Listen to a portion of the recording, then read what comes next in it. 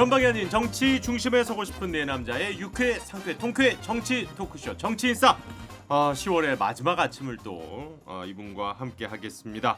현근택 신장식 변호사 그리고 이준석 국민의힘 최고위원 함께 전 최고위원이죠. 함께 하겠습니다. 어서 오십시오. 네, 안녕하세요. 네, 안녕하세요. 자, 김태훈 변호사님이 요즘 저번 주에도 보니까 아니 왜 자꾸 방송이 장난이야 늦냐 그러시는데 저희가 일단 유튜브 기반으로 해서 이제 라디오까지 진출한 방송 아니겠습니까? 이게 인터뷰 일정 같은 경우에 오프닝 토크 정도는 가끔 조금 양해를 부탁드린다는 말씀을 먼저 드리면서 벌써 올 한 해도 2달밖에 남지 않았습니다. 그리고 저희가 얼마나 함께할 수 있을까 사실 이제 걱정했던 정치인싸가 올 한 해 정말 뭐 일단 현재까지 순항 잘 버티고 있어요. 아니 요즘 태현이 형 바빠가지고 만나기 힘들다는 사람 되게 많아요. 그래요. 그래서 의심하는 게 뭐 한동훈 캠프라도 차려지나 이런 생각을 했거든 저는. 왜 바쁜 거야? 왜 바빠? 지금 바쁠 시즌이 아니야 지금. 예? 그 이름이 그렇게 훅 나오니까. 어디 근데 네. 어딘가 들어갈 것 같긴 해요. 왜냐하면 누구누구 만난다는 얘기도 좀 들리고. 아니 이게 당사자 있을 때 얘기하세요. 그렇죠. 그거 없을 때 우리끼리 자꾸. 아니지 모르고 맞아야지 이런 건. 뭐 이제 또 이번 역시, 주에도 감사합니다. 좀 굵직굵직한 소식들이 많았는데 뭐니 해도 가장 좀 큰 이슈는 또 한 명의 전직 대통령이 이제 형이 확정이 돼서 아마 이제 녹화 기준으로 3일이죠. 그러니까 11월 3일 날. 다음 주 월요일이면 이제 재수감이 됩니다. 이명박 전 대통령에 대한 대법원 판결이 나왔고요. 총 17년형이 확정이 됐습니다. 그래서 이제 홍준표 의원 같은 경우에는 뭐 최악의 정치 판결이다. 뭐 또 이제 여당 일부 의원들은 뭐 정의 구현이 됐다, 정의가 실현됐다, 뭐 이제 이런 식으로 사표 규정이다, 뭐 이런 평가도 지금 내리고 있는데 일단 뭐 평가를 좀 듣고 싶습니다. 누구부터 좀 이야기를 해볼까요? 그냥 17년 받았다. 그다음에 뭐 그 벌금이 얼마입니까?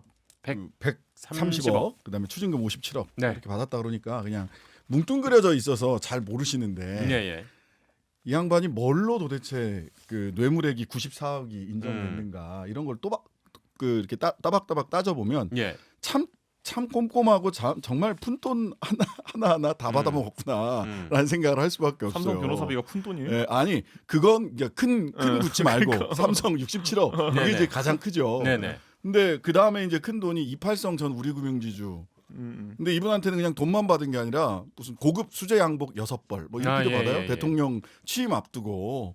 그리고 또 뭐 김소남 의원한테는 공천 대가로 해서 4억 원인가 뭐 3억 원인가 이렇게 받기도 하고 김백준 전 기획관한테도 4억 원 받은 게 있고 예. 무슨 뭐 공사수주 청탁 관련해서 2억 원 받고 3억 원 받고 이랬는데 요 받은 시점이 전부 다 2007년에서 2011년 사이예요. 그러니까 유력한 대통령 후보일 때 그다음에 대통령이 된 다음에 예. 그때 이렇게 따박따박 다 받으세요. 뭐 2억 원짜리도 받고 3억 원짜리도 받고 67억짜리도 받고 참 대단하시다. 그래서 결과적으로 이 17년형을 뭐 다 살고 나올지는 누구도 장담할 뭐 수는 모르죠. 없죠. 네. 예. 근데 이 반응을 보고 반응해서 홍준표 그 전 대표 네. 예. 이 양반이 페이스북에 쓴 글을 보면 세 사람을 다 저격을 해요. 하나는 대통령, 이건 정치적인 기소고 뭐다. 근데 정치적 기소다 한 건 이제 윤석열, 한동훈을 저격하고요.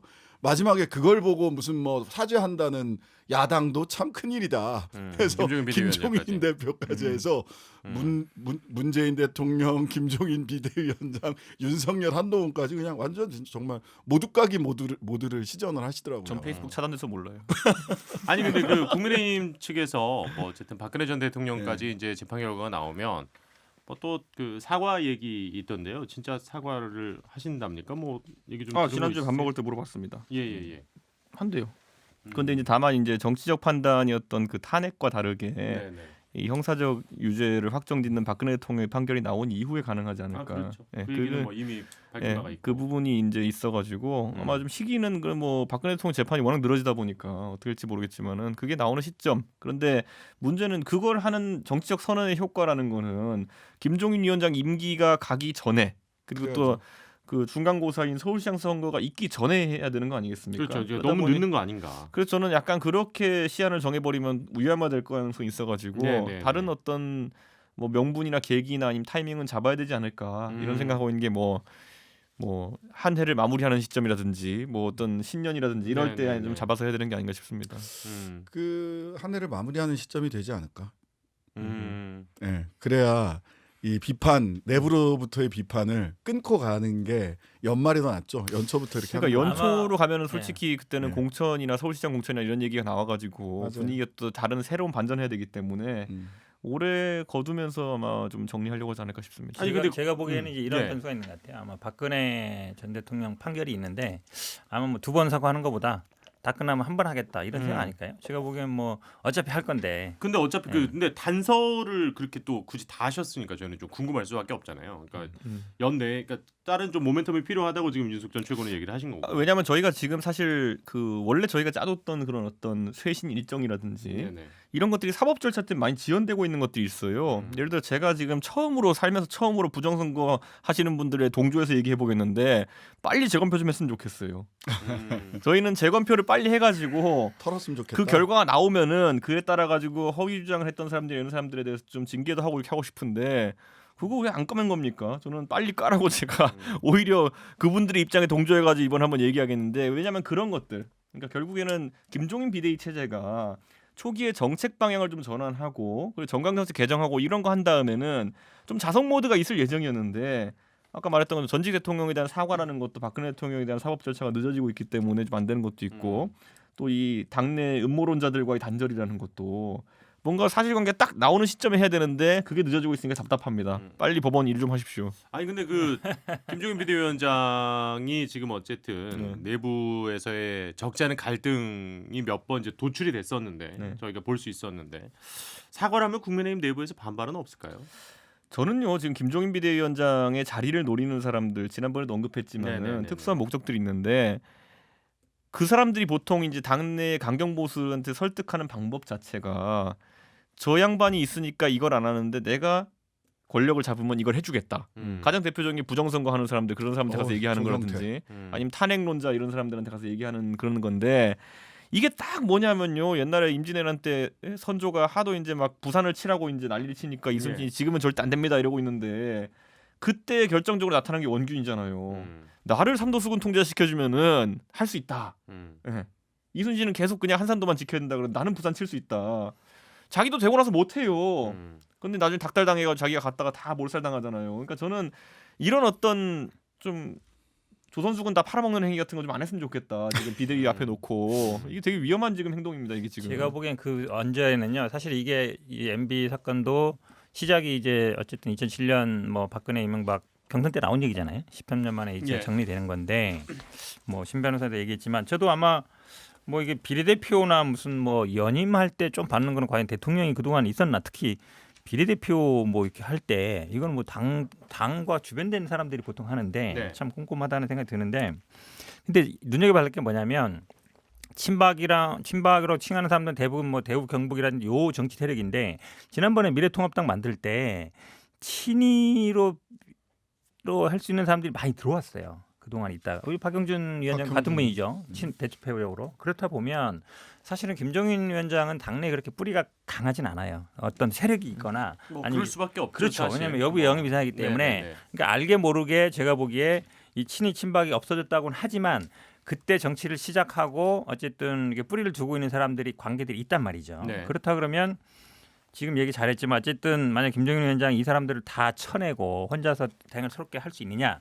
저는 그렇지 못하다고 봐요. 그러니까 수장이라는 사람들은 뭐 구속돼 있지만 그 사람들의 영향력으로 이제 정치를 시작했거나 아니면 그런 사람들은 이번에 뭐 신입도 들어온 사람도 있지만 예. 아직도 많이 있다. 그럼 그 사람들 눈치를 안 볼 수 없다고 봐요. 근데 눈치를 볼 수는 있겠지만 이게 정치적으로 구심력을 형성해서 말하자면 친이 친박이 사과했다고 해서 각각 아니 이런 김종인 비대위원장이랑 같이 정치 못하겠네 몰아놔야 되겠네 하고 구심력을 형성해서 정치적 힘을 가지고 김종인 위원장을 압박하는 거에는 지금 한계가 있을 수밖에 없어요. 자기 구심력을 발휘할 사람들이 다 감옥에 가 있는데 어쩔 거예요. 그리고 감옥에 있는 박근혜 전 대통령이 정치적 영향력을 지난 총선 때 보여줬거든요. 예. 개입하려고 했으나 불발돼 버리잖아요. 그래서 더군다나 그 구심력을 박근혜 전 대통령만큼 가질 수 없는 MB 개 쪽이 이걸 가지고 사과했다고 해서 다시 똘똘 뭉쳐갖고 새로운 정치 세력화된다? 그건 저는 제가 보기엔 그리고 불가능하다고 지금 봐야죠. 이제 네. 서울시장, 부산시장 후보군에 대해 가지고 얘기가 많이 나오면서 지금 가장 좀 안 좋은 모습이 나오는 것이 부산을 가지고 이제 협박하려 드는 보수의 분파들이 생기는 거거든요. 그거 우리가 이따가 네. 그 얘기 조금 더 길게 해주시면 좋을 것 같고 네. 그거 꼭 챙겨두세요. 네. 예. 그 얘기를 짧게 안 할 수가 없어가지고 여기까지만 하고 이제 네. 본 주제로 넘어가겠습니다. 특별 사면 얘기가 또 나오고 있어요. 오히려 이제 이명박 전 대통령 측에서는 사면이 무슨 말이냐, 이 재판이 이제 법적으로 억울하다는 거를 입증을 해야 된다. 이거는 결국 재심을 또 어떻게 원하는 듯한 모양새를 또 비추기도 했는데. 이제 문제는 이런 케이스를 가지고 재심이 되는 경우는 거의 없다. 또 뭐 이제 이런 의견들도 있습니다. 그래서 특별 사면과 관련해서 짧게 좀 의견들을 들려주시고 마무리를 좀 해볼까요?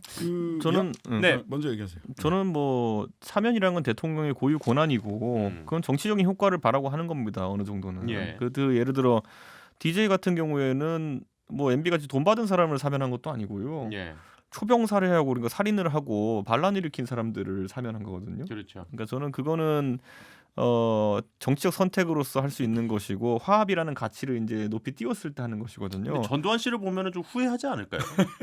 저는 그것도 이제 그분이 감내해야 될 상황이다. 그러니까 그거 예측 못하고 저는 하지 않았을 거다 이렇게 봅니다. 아, 그래요? 왜냐하면 예. 전두환이라는 예. 사람이 그 당시에 그럼 사면을 조건으로 해가지고 뭐 사과를 했느냐 국민들한테 그런 것도 아니고 입장 변화가 있었던 것도 아니거든요. 그렇죠. 다만 이제 김대중 대통령께서는 본인이 추구하는 가치 화합이라는 걸 위해 가지고 한 것이고 그 다음에 뭐 전두환 대통령이 뭐 어떻게 하는지는 그거는 고려 대상이 아니었을 겁니다. 근데 저는 이제 그 이명박 대통령 같은 경우에는 사실 문재인 대통령이 그러면은 그러니까 김대중 대통령 특선상이었던 게 본인이 민주화의 지도자로서 그렇죠.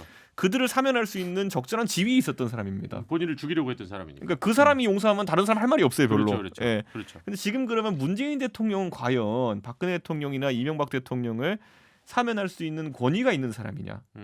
이 사람이 그러면 예를 들어 촛불 시위가 이런 거 했던 사람들에게 내가 당신들의 대표자로서 이 사람들 사면하겠다는 말을 할 수 있을 것인가?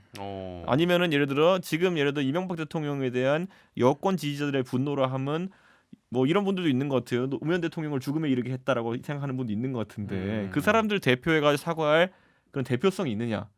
거기에 대한 어떤 좀 고민이 생길 것이다 이렇게 보는 게 당장 저는 그 당시에 이제 촛불 시위라는 것을 주동했던 정당들이 뭐 정의당도 있고 민주당도 있고 그 당시 국민의당도 있고 이럴 것인데 그 안에서 그냥 대통령 당선됐다고 해가지고 문재인 대통령이 상징성을 가진 존재로서 그걸 추진할 수 있겠느냐 그 고민이 있을 거다 이렇게 봅니다.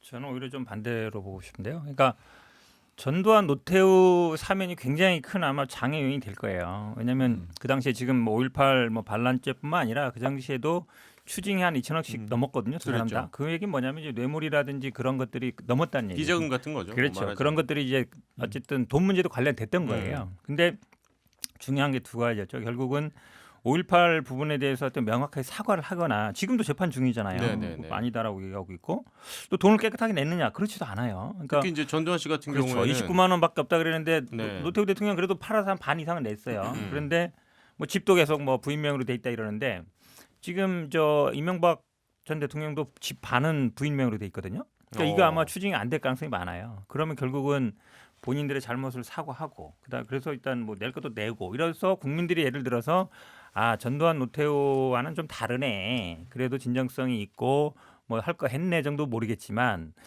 지금 앞에 말씀처럼 아니 사면해줬더니 뭐 이제 한 20년 지나서도 계속 뭐 내가 뭘 잘못했냐 이러고 네. 있으면 오히려 두 사람 사면해주면 또 그러겠네 이런 생각을 많이 안 할 수 없을 것 같아요. 제가 그러니까 보기에는. 사면을 할 수 있는 그 근거를 좀 만들어줘야 되는데 본인 스스로가 예, 이명박 전 대통령이 뭐 지금 뭐 다 떨어졌으니까 이명박 씨가 만들어 주셔야 되는데 지금 17년 다 하고 나면 2036년 95세에 나와요. 17년 다 살면.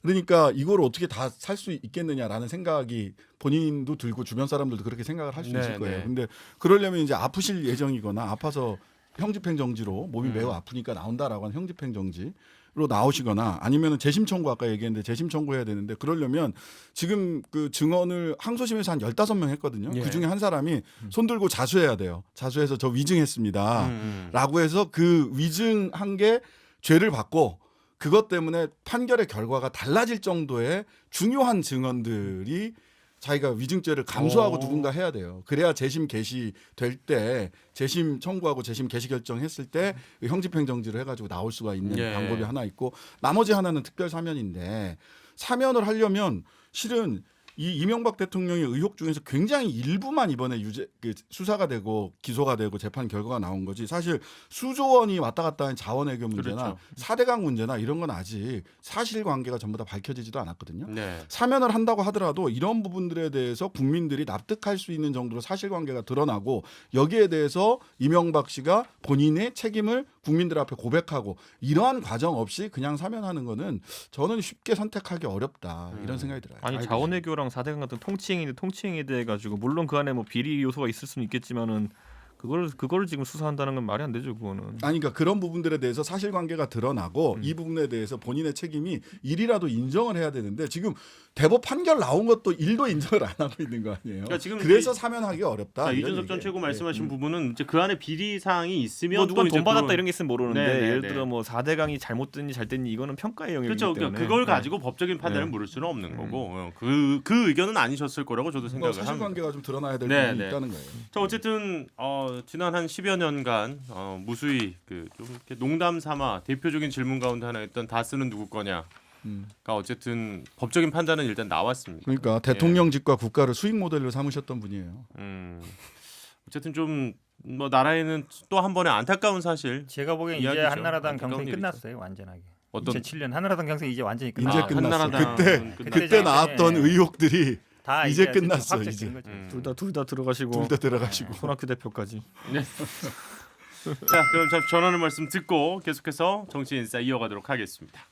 네, 정치인싸 함께하고 계십니다. 김태현 변호사님까지 이제 합류해서 우리 네 사람이 함께 오늘의 본격적인 주제 이야기해 보도록 하겠습니다. 지난주에 상당히 좀 현근택 변호사님께서 이런 얘기를 하셨어요.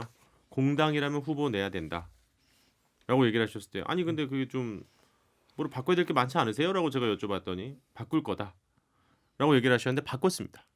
아직 안 바꿨습니다. 곧- 바꿀 예정이다. 곧 네. 이거는 뭐 바꿨습니다라고 제가 말씀을 드려도 아, 큰 그래요? 게 문제는 없을 정도로 말은 늦었어요. 오히려 말은 제가 바꿨지 보기엔. 뭐. 말을 바꾼 거 아니죠? 보세요. 자, 다음 보궐선거는 중요한 선거입니다. 자 일단 그 얘기 이제 할 거예요. 김태현 변호사님 표정이 또 밝아지시는 걸 보니 상당히 정의당 이제 후보 나오면 질 것 같으니까 상당히 또 피하는데? 왜 그래? 공세를 올리실 법한 그런 이야기인데 민주당이 내년 이제 봄에 있을 서울과 부산 재보궐선거에 후보를 내야 된다고 지금 봐야 되는 상황이 됐습니다. 아니 냅니다. 저 그냥 이렇게 얘기할게요. 왜냐면 냅니다. 예. 얘기해도 돼요? 자 일단 제가 시작만 드릴게요. 네. 주말에 이제 전 당원 투표를 통해서 결정을 한다고 했는데 전 당원 투표에서 이제 이번 주말이니까 오늘 내일 뭐 이렇게 될 겁니다. 뭐 사실 형식적인 게 아닌가 아직 뭐 안 이런 했어요. 카톡은 왔더라고요. 아까. 형식적인 게 아닌가 뭐 이런 의견들이 형식적이죠. 많아요. 그래서 이제 이낙연 대표 같은 경우에는 뭐 어쨌든 뭐 후보 공천을 통해 심판을 받는 게 책임 있는 정당이다, 정당의 도리다, 뭐 이렇게 얘기를 하셨는데 국민의힘에서는 뭐 천벌 얘기까지 나왔습니다. 뭐 주호영 원내대표 이건 좀 입장에서. 그래서 그 얘기를 좀 해봐야 될 것 같아요. 김태현 변호사님부터 그럼 포문을 한번 열어보시죠. 일단 근태기 형이 했던 예측은 대단한 예측은 아니다. 그렇죠. 누구나 생각했던 거니까. 네네네. 그리고 지금 뭐 본인한테 온 카톡 공고문 보고 있는 것 같아요. 투표하려고. 네. 근데 본 것 같은데 어차피 투표 공고문 보면 아까 제가 말씀드렸듯이 이번 보궐선거 되게 중요하거든요. 대통령 선거 전에 있으니까 이겨야 된다는 얘기잖아요. 네. 후보 내는 거 찬성하라는 얘기잖아요. 뭐 모든 선거는 서로 모든 정당이 이기고 네. 싶어 하긴 그렇죠. 합니다만. 절차적 정당성을 위한 거예요. 결론부터 말씀드리면 제가 만약에 국민의힘 당대표고 네. 근데 국민의힘에서 똑같은 일이 있습니다. 후보 낼 것 같아서 안 낼 것 같았어요. 내죠. 저도 내요. 내는 건 맞아요. 그러니까 정치가 명분과 실리가 부딪히고 네. 이론적인 도덕적인 정치와 현실의 정치가 부딪히는데 명분 생각하고 하는 거면 낼 명분 없죠. 도덕성 생각하고 정치학 교과서에도 써 있는 대로만 하면 안 되는 거예요. 내면. 네. 근데 다만 현실을 생각하면 대선 전에 있는 것이고 서울과 부산을 포기한다라는 거 굉장히 어려운 일이거든요. 지더라도. 그렇기 때문에 후보를 내는 게 현실은 맞아요. 저도 당대표로 낼 거예요. 근데 제가 하나 굉장히 지금 불편한 건 뭐냐면 후보를 내면 있어 너무 당당하다라는 거죠. 그러니까 물론 뭐 송구스럽습니다 사과합니다 얘기들을 하는데 예. 이낙연 당대표 얘기, 그다음에 얼마 전에 우상호 의원 뭐 서울시장 후보니까 그럴지 서울시장 본인이 나가신다고 하니까 방송 인터뷰 같은 걸 보면 우리가 왜 낼 수밖에 없는 그 누구나 생각할 수 있는 얘기 계속합니다. 근데 그 전에 있어야 될 건 대단히 죄송하다. 정말 잘못했다. 당원 당규 우리가 또 바꾼다. 그때랑 지금 말 못 지켰다. 하지만 이게 붙어야 되거든요. 네. 앞단이 거의 없어요. 너무나 당당하게 아이 뭐 우리가 대선이 중요하고 공당이 포기할 수 없으니까 내는 겁니다. 이 톤이지. 왜 우리가 낼 수밖에 없는 죄송함의 절절한 죄송함의 마음이라는 게 너무 저는 느껴지지가 않아서 어쩌면 저렇게 당당하게 낼 수가 있지. 낼 땐 내더라도 일단 수그리는 게 먼저 아닌가? 순서가? 뭐 일단 죄송하다고 수백 번 얘기했는데 아이, 아마 근데- 얘기 잘 안 들리는 것 같고 네? 왜냐면 뭐 이게 이미 어쨌든 알겠어요. 이미 이제 예, 뭐 예. 먹을 욕이니까 뭐 먹는 게 빨리 먹는 게 낫다고 보고요. 보니까 저는 아마 그러면 타이밍은 적절했다고 보세요? 늦었다고 봐요. 늦었다고 왜냐면 이제 보시냐고요? 선거가 이제 바로 11월 정도 되면 아마 규칙청하고 12월 때부터 경선 준비 들어가는데 사실은 경선뿐만 아니라 본선에서도 계속 저 얘기 할 거거든요. 예. 분명 저럴 거예요. 안 낸다고 해놓고 이렇게 내느냐 뭐 이렇게 온갖 얘기를 할 텐데 보니까 이제 단서 조항을 이렇게 달았어요. 보니까 전당원 투표를 다리 정할 수 있다 이제 정해놓은 거라 이거 뭐 이거는 예외 규정 정도 두는 정도다라고 보는 게 맞는 것 같고요. 네. 뭐 사실은 정당 입장에서 뭐 계속 사과하라 그러는데 뭐 선거 끝날 때까지 제가 보기에 저 얘기 할 것 같아요. 계속 예. 그 말은 쉽게 얘기하면 내지 말아라는 얘기거든요. 예, 네. 결국은 근데 선거는 저는 뭐 후보를 내서 겨루는 게 맞는 것이지 어떤 후보를 내지 마라 아니면 그 규정을 지켜라. 아니 사실은 뭐 정당도 해체했다 바꿨다 이름도 바꿨다 하는 판에 당원 하나 가지고 다른 당원 가지고 이렇게 얘기할 건 아니라고 봐요. 저는 당내에서 사실 결정하면 되는 거죠. 저는 민주당이 후보 안 내고 만약에 진짜 정의당에 뭐라도 심상정 나온 게 제일 위험해요. 저희한테는. 아니 뭐 그거는 뭐 그러니까 저희가 말하는 건 없는 민주당이 얘기고. 무슨 뭐 우리가 두려워서 그러냐는 식으로 얘기하는 건 아니고 왜냐면 아까 두렵지 말했던 않다. 나 그렇게 해서 나왔을 때 어차피 페널티가 있는 거거든요. 음. 그렇기 때문에 그건 오히려 나쁘지 않고 선거 결과에는 네. 저는 이제 다만 지적하고 싶은 게 이 당원 당규 96조인가요? 제가 당원 96조인 건데 남의 당 당원까지 왜 알아야 되는지 모르겠지만은 그 조항의 가장 큰 문제는 애초에 지킬 수 없는 약속이라는 거예요. 예. 그러니까 그리고 저는 이 박원순 시장과 오늘도 장경태 의원이랑 얘기하면서 박원순 시장과 그 오거돈 시장 같은 일이 안 생기도록 앞으로 윤리 검증을 강화하겠다 그랬는데 뭘 강화하겠다는 거예요? 가가지고 공식 후보자 입후보하는 사람한테 당신 성범죄 일으킬 예정입니까? 이거 물어보겠다는 거예요? 그러니까 이건 애초에 안 되는 거거든요. 그러니까 안 되는 걸 그런데 공약해가지고 그때 혁신위에서 발표하면서 본인들이 조금 더 도덕적인 양 했던 거예요. 그거를 만약에 이게 뭐 범죄 이력을 검증하고 이런 거라면은 사전에 할 수 있겠지만은 앞으로 미리 일어날 일을 어떻게 검증합니까? 그러니까 저는 이거 당원 아예 없애는 게 맞다. 이번에도 그 이상하게 약간 뒤에 단서 조항까지 달아가지고 전당원 투표로 회피할 수 있다 이런 식으로 하는데 지금이라도 애초에 저희가 좀 멋있어 보이려고 했던 그 당원이고 잘못된 당원입니다라고 시인하고 좀 하는 게 낫다 이런 생각을 하고 저는 그래서 그 지난번에 이제 문재인 대통령께서 과거에 고성군수인가요? 그 선거에서 이 사안을 언급하면서 비용 문제도 얘기했거든요. 예. 이렇게 불미스럽게 이제 고성순 군수가 뭔가 물러나가지고 새누리당이 사회적 비용이 발생한 몇십억 정도 비용이 발생했다 이러는데 이번에 서울시장 선거랑 부산시장 선거를 보니까 1,000억이 합치면 800 몇십억 정도 이 네. 비용이 발생해요. 그러면 옛날에 이제 새누리당 아니 한나라당 같은 경우에는 대선 자금 받아가지고 당사도 팔고 해가지고 돈도 갚고 이랬는데 이번 민주당이 한 그중에 10분의 1 정도 아니라 국가에 헌납하는 자세를 보이는 게 어떨까? 그러면 용서해줄게요. 옛날에 오세훈은 자진 사퇴해가지고 선거한 것도 생각해봐. 그런 거 다 책임지게. 지금- 왜냐면은 난 제가 자, 이 자, 얘기 왜 자. 하냐면은 이 얘기를 왜 하냐면 이건 왜냐면 실제로 지금 이미 선거법 위반 등으로 인해 가지고 직을 상실한 사람은 네. 본인의 선거 비용 보전 받은 것을 나중에 환급해야 되거든요. 그거는 그런 것처럼 저는 만약에 민주당이 현실적인 조항을 만들려 그러면은 제가 봤을 때는 뭐 금전적으로 그 예. 선거 비용의 일부분 정도를 제 생각에 뭐 800원 너무 많으니까 그러니까 일부분 정도를 헌납한다든지 이런 식으로 좀 아예 법을 만들자고 하든지요. 왜냐하면 지금 당원 당규는 저런 식으로 마음대로 고쳐버린다니까요. 뭘 해도. 아니 그러면 차라리 어떻게 얘기해야 되냐면 이거를 차라리 입법화하자. 그러니까 입법화를 차라리 하라고요. 아니, 입법화해서 차라리 모든 당이 그렇게 안 한다 그러면 그게 오히려 맞는 것이지. 그렇게 얘기하는 거는 제가 보기에 아니 입법화하는 게 입법화하면 오히려 더 맞. 입법화하는 게 가장 강력한 방법인데 네. 이런 걸 입법화해야 될 필요가 있는 건지는 솔직히 음. 그 생각해봐야 될 문제예요. 정당 정치의 영역인데 이걸 더 법으로 전부 다 규정하는 게 맞냐라는 건 근본적 질문이 있고요. 자, 일단은 사실- 또 안 그래도 여쭤보려고 그랬습니다. 정의당 입장에서도 상당히 강한 비판들이 많이 나오고 있어요. 그렇죠. 뭐 그러니까 잘못된 결정을 일단 모든 당원에게 그러니까 책임을 회피하려고 한다. 뭐 이런 비판도. 요즘 그 정의당 대변인 진짜 마음에 들게 말씀하시더라고요. 책임을 떠넘기는 거 당원에게 그 책임을 이렇게 가장 민주적인 것 같지만 리더답지 못한 행위일 네. 수 있다라는 생각이 들고요. 첫 번째. 그다음에 그때는 맞고 지금은 틀리다 또는 그때는 틀리고 지금은 맞다라는 식의 얘기가 지금 오고 가는 거죠. 그때 니들 그랬잖아, 니들 그랬잖아 이런 거잖아요. 근데 저는 정무적으로 본다면 아니 뭐 제1야당으로서 후보 낼 수 있다라고 생각을 해요. 근데 정무적으로 이런 태도는 곤란하다. 당원들한테 넘기는 것도 그렇고 그다음에 죄송하다는 말이 저는 먼저 나와야 된다고. 부끄러운 일입니다. 죄송합니다라는 말이 먼저 나왔어야 된다고 생각해요. 그래서 국민들이 아이고 알았어. 그만 죄송하다고 얘기해. 그만 사과해.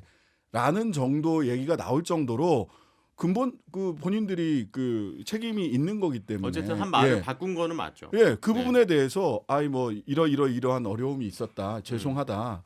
그래서 뭐 고심을 했는데 이런 부분들은 당원들에게 떠넘기보다는 대표 이 리더가 결단하고 당원들을 설득하겠다라든지 이렇게 죄송하다는 말 그만 사과해도 됩니다. 그만 사과하시고 여당으로서의 제1당으로서의 책임을 정치적 책임을 지세요라는 얘기가 국민들로부터 나올 수 있을 정도로 그럼 정무적인 저는 그리고 걸 했어야 된다고 봐요. 저는 아까 제가 말했듯이 이 사안에 있어 저는 박원순 시장과 오거돈 시장의 책임을 민주당이 져야 될 필요는 없다고 저는 생각하는 게 예측이 불가능한 사안이에요. 예, 그래요. 그런데 저는 여기서 또 한 가지 이제 우리가 잊고 있었던 사건이 뭐냐면은 김경수 지사의 판결이 어떻게 나오냐에 따라 가지고 그 건은 제 개인적인 기준에 따르면은 충분히 당에서 그것은 사전에 판단할 수 있는 부분이고 저는 거기에 그건 약간 팀 벌칙도 있어야 된다 이렇게 보는 거거든요. 왜냐하면 드루킹이라는 건은 그것과 다르게 대선에도 영향을 미쳤던 것이기 때문에 저는 이런 것들을 좀 세세한 규정을 만들 필요가 있다. 만약에 적용할 거면은 아까 말했듯이 개인 일탈에 가까운 어떤 비리 혐의에 대해 가지고 사전에 검증한다는 것도 말이 안 되고 다만 이제 아까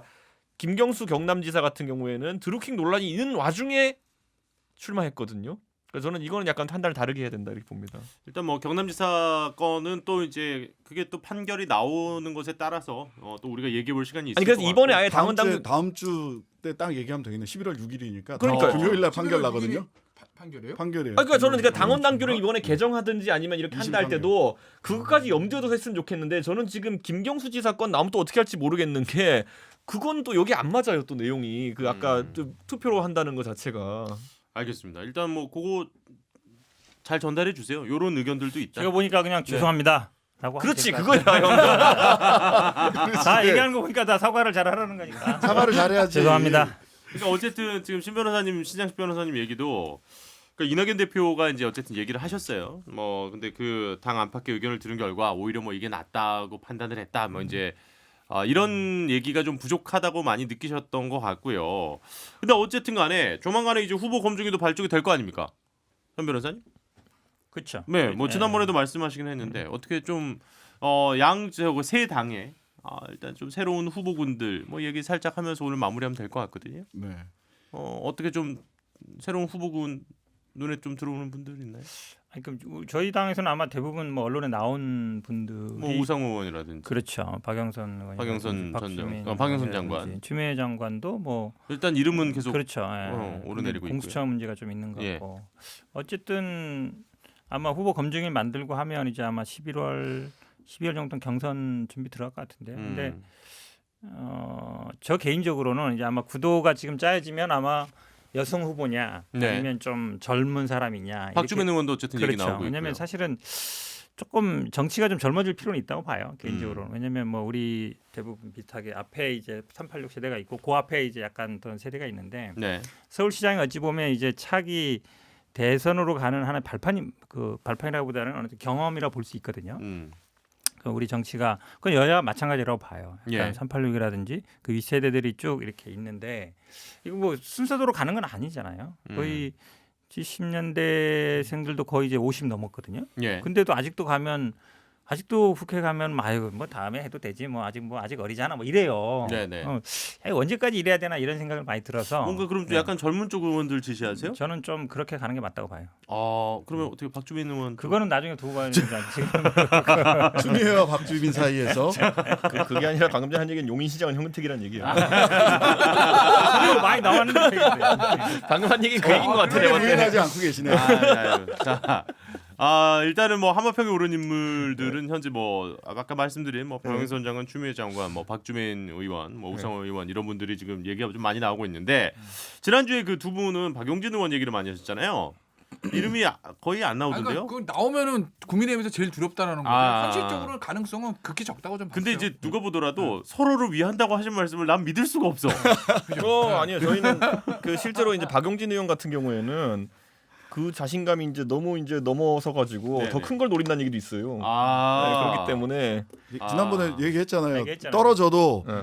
다음에 정치적 명분과 자산을 쌓을 수 있는 곳을 찾을 것이다. 그럼 서울시장 후보는 다른 지금 거론된 사람이랑 경선했을 때 박용진 의원이 쉽지는 않거든요. 근데 떨어졌을 때 이게 낙선이 정치적 자산이 되기는 어려운 선거다. 그럼 낙선을 정치적 자산으로 만들 수 있는 선거에 도전을 할 것이다. 네, 라는 여기까지. 것이 저의 예측입니다. 그렇습니다. 뭐 이렇게 어렵게 얘기해.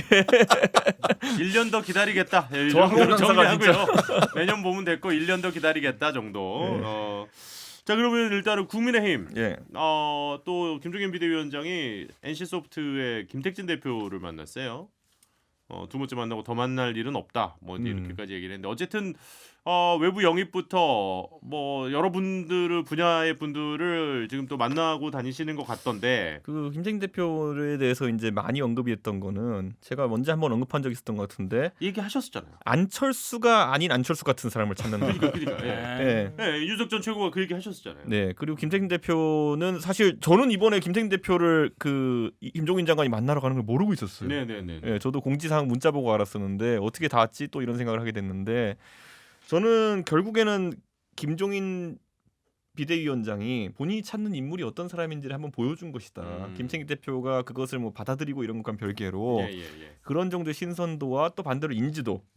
사실 인지도가 있어야 되는 거거든요. 그렇죠. 근데 뭐 나이 좀 있으신 분들은 잘 모르겠지만은 김택진 대표가 그 택진이 형이라고 하는 광고 그거 하나 때문에 네네. 모르는 젊은 층이 없죠. 젊은 세대 방송을 보는 사람들은 거의 다 알 거예요. 네네네네. 지상파에서 그렇게 광고를 했으니까. 그러다 보니까 그런 어떤 인지도 플러스 젊음 플러스 전문성이 이게 겸비된 후보가 필요하다라는 건데 IT 쪽으로 계속 네. 찾아다니겠죠. 그런데 이게 뭐 선거가 있는지는 좀 봐야 될 것 같고 아까 매기 효과 얘기했는데 저는 오히려 이제 이런 부분에 있어서 후보들이 좀 자극을 받지 않을까 서울시장 후보군들이 어허. 전 그런 생각하고 공교롭게도 이제 이거는 저희 당은 아니지만은 예. 그 안철수 대표의 국민의당 쪽에 있었던 그 주이삭 구의원 예. 서대문구 구의원 했던 주이삭 구의원이 오늘 국민의당을 탈당한다고 선언했거든요.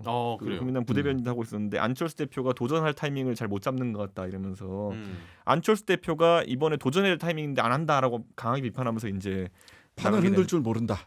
판을 흔들 줄 모른다라고 하는 것인데 저는 지금 이제 이 판이에요. 되게 이제 예. 보수 쪽 또는 범야권 쪽의 고민은 뭐냐면은 안철수, 유승민, 그다음에 오세훈 그 외에 뭐 수많은 후보군들 예. 대권 주자군으로 분류되는 사람들한테 지금 이제 하나씩 눈치 게임 및 압박이 들어가고 있는 상황이에요. 이제 조금 젊게 분류되는 후보군들한테는 아니 서울시장에서 이겨야지만 우리가 그 대통령 선거에 미래가 있는 것인데 네. 당신이 그럼 그 역할을 해라. 라고 하는데 그거를 이제 다 거부하고 있는 상황이거든요. 저는 이거 그래서 이제 11월부터는 어떤 판이 펼쳐질 거냐면요. 예. 이 참 언론이 고약한 게 여론조사 판이 펼쳐질 겁니다. 음. 이제는 어떤 상황이 나오냐면은 떠밀려 나가는 판이 나올 수 있어요. 예. 자 여기서 붙여봤더니만은 김태현이 나가야지만이 서울시장을 이긴다. 나머지는 그러면은 김태현이 경쟁력이 가장 센 후보임에도 불구하고 이 사람이 안 나가면 욕먹는 상황이 생기는 거예요. 그러니까 이 사람은 대선 나가도 될 사람인데 거꾸로 서울시장 안 나가면 이상한 사람이 돼버리는 것처럼 되는 거예요. 다들 그래서 이걸 회피하려고 지금 굉장히 고민을 하고 있습니다. 후보군들이. 충분히 가능한 이야기네요. 예. 그 행복한 고민 아니에요? 그렇게 아니, 해서 행복하긴 하지만- 본인이 나와야만이 이긴다 그러면 아니 근데 그거는 행복하긴 안 하지만 선택에 있어서는 되게 고민되는 지점일 수는 있을 것 같은데요. 아유 그럼 대권 후보 다 도토리 키재기 될 저기 가능성이 없는데 차라리 서울시장이라도 후보들 아니 형님 이렇게 아니 이렇게 2% 3% 나오는데 윤석열 저 밑에 있는데 홍준표 다음에 안철수잖아. 그 밑에 이제 있는 사람들인데 상관 5% 후보 되면 이하잖아. 어차피 기본 그거 있는 토론해. 사람들인데 서울시장 후보라도 되면 좋은 거지. 형님의 꿈이 용인시장인데 현근택만이 구의원 이길 수 있어 이러면 나가라면 나가겠냐고. 아 그 사람들이 지금 대권 후보로 쳐주니까 그렇지. 별로 내가 자, 오케이. 자, 그래서 일단은 지금 국민의힘 얘기를 또 좀 살짝 해주셨고 네. 좀 말씀해주신 대로 주이사 그 부대변인이 예. 또 이렇게 탈당을 선언을 하셨는데 네. 그 보시기에 그러면은 국민의힘 쪽에 조금 후보군으로 좀 꼽힐 만한 분들 일단은 김태훈 변호사님 좀 소개를 그러니까 해주세요. 지난주에 제가 아마 그 말씀의 말미에 그 얘기 들었을 거예요. 저기 안철수, 오세훈, 네.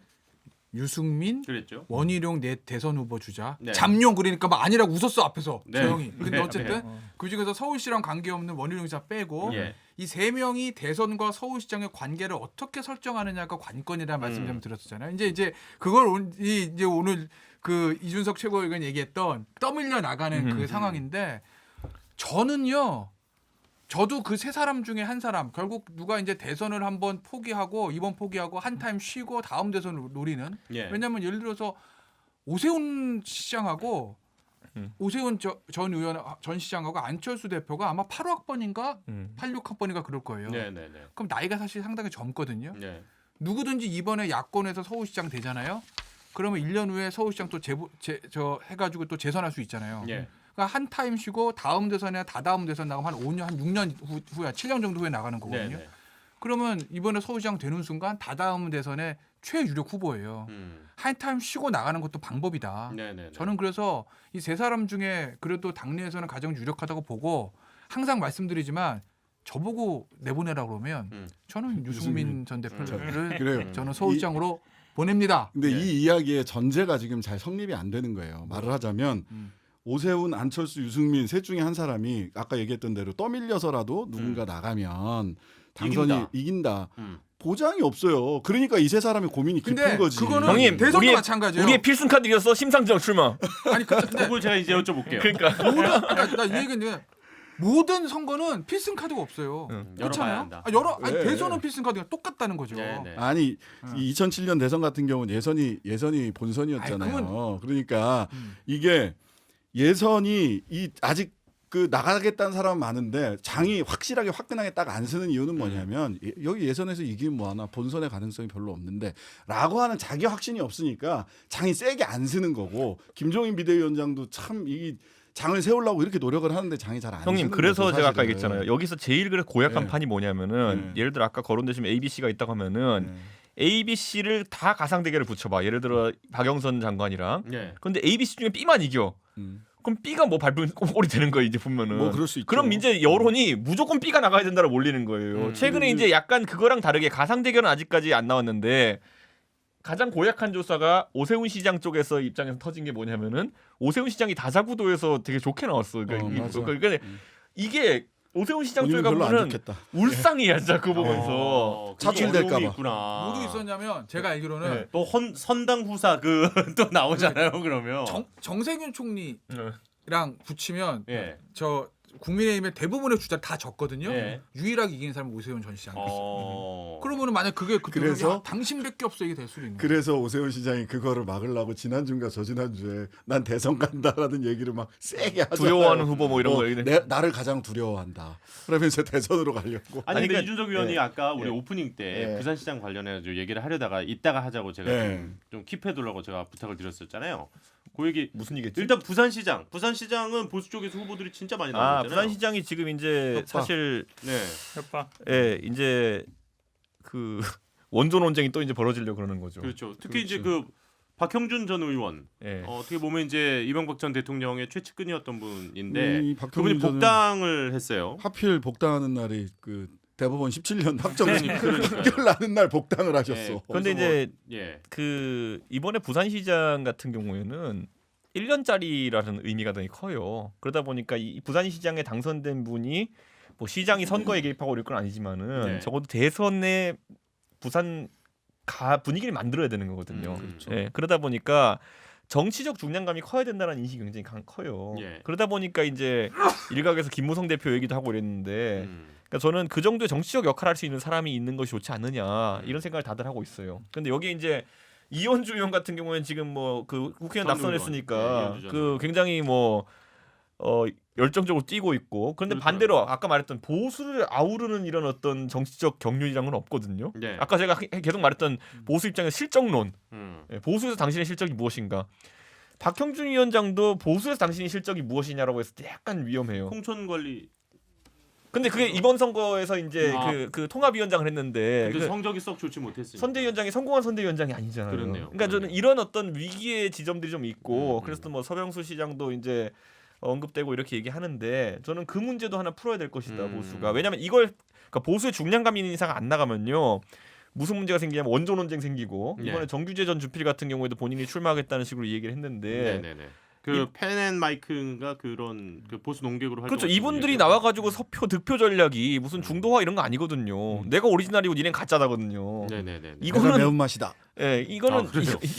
이거는 이거는 제가 장충동에서 네. 내가 원조다 뭐 약간 내가 이런 원조다. 집안 싸움 날 것 같은 분위기인데 왜냐면 아까 지금 서울시장이랑 비교했는데 서울시에는 별로 후보가 많지 않아요.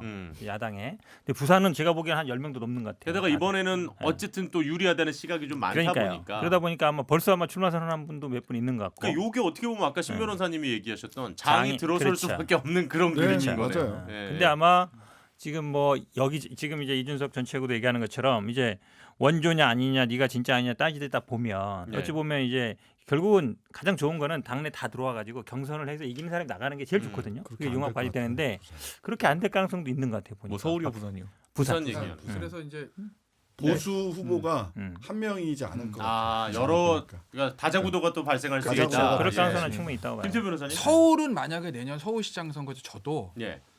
막 10포인트 이렇게 아니라 그냥 근소하게 지면 네. 어차피 서울은 진짜 힘든 데였으니까 대선 해볼 만합니다. 부산은요 단 한 표 차로 지면 선거 끝이에요 대선.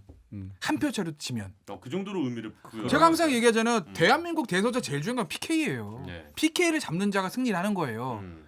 그런데 부산시장 선거적으로 유리하다고 생각하는 그 선거에서 단 한 표 차이라도 지기만 하면 대선 날아가는 겁니다.